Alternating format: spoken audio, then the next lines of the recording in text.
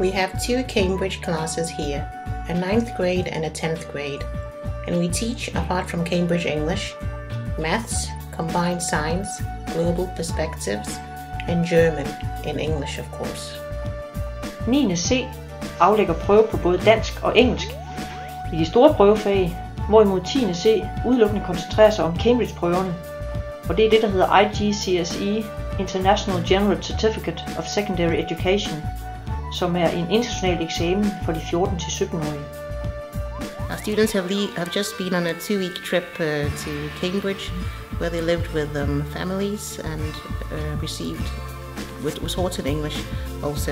Så er der også en klasse, der er med til at uddanne eleverne til verdensborgere, forstået på den måde, at vi styrker deres kommunikative færdigheder. All the science and math terminology can be a bit of a mouthful in the beginning for many of the students. They have to learn how to say quadratic equations and talk about the digestive system, but they get used to it very quickly. And, well, they enjoy it, I think. I think it's a challenge.